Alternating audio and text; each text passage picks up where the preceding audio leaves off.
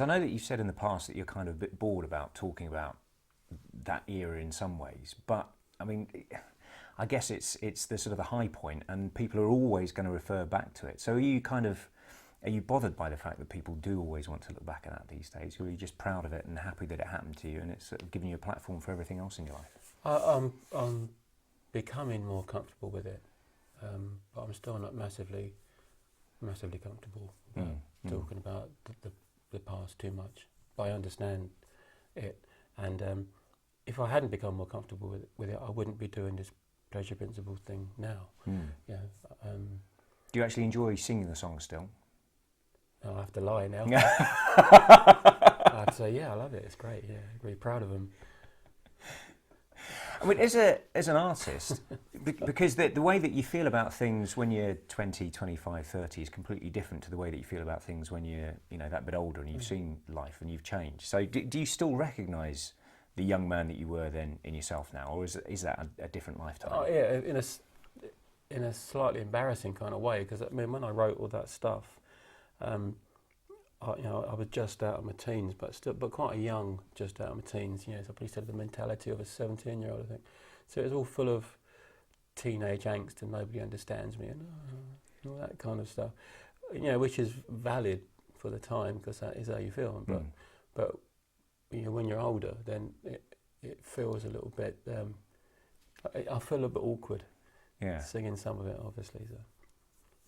But I have to keep thinking, it is what it is, and it's been around all this time, and it's become important, I guess, and I should be proud of it, and I shouldn't be embarrassed by it. I should be proud of it, and just recognise that it was written a long time ago.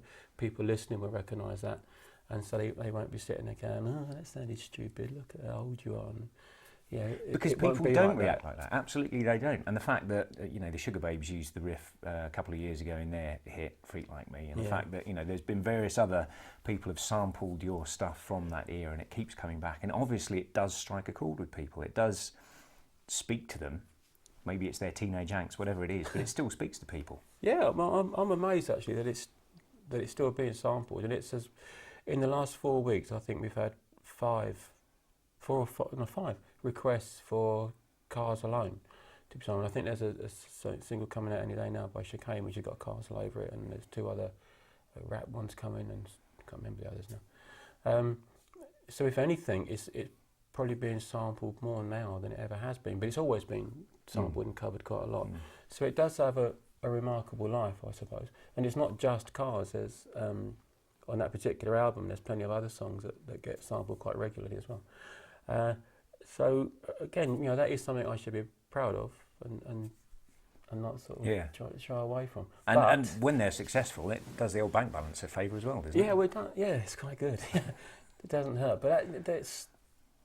Oh, it's going to sound really corny now. It is good that happens, and I'm not dismissive of that. But from a creative point of view, your interest is always on what you're going to be doing next, and it is awkward sometimes when there's a big fuss about something in the past.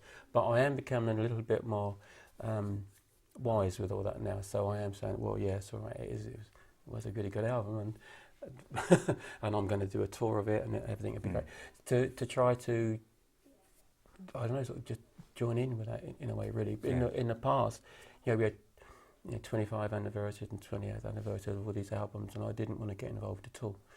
But I, as I say, it's learning to become comfortable with your back catalogue rather than.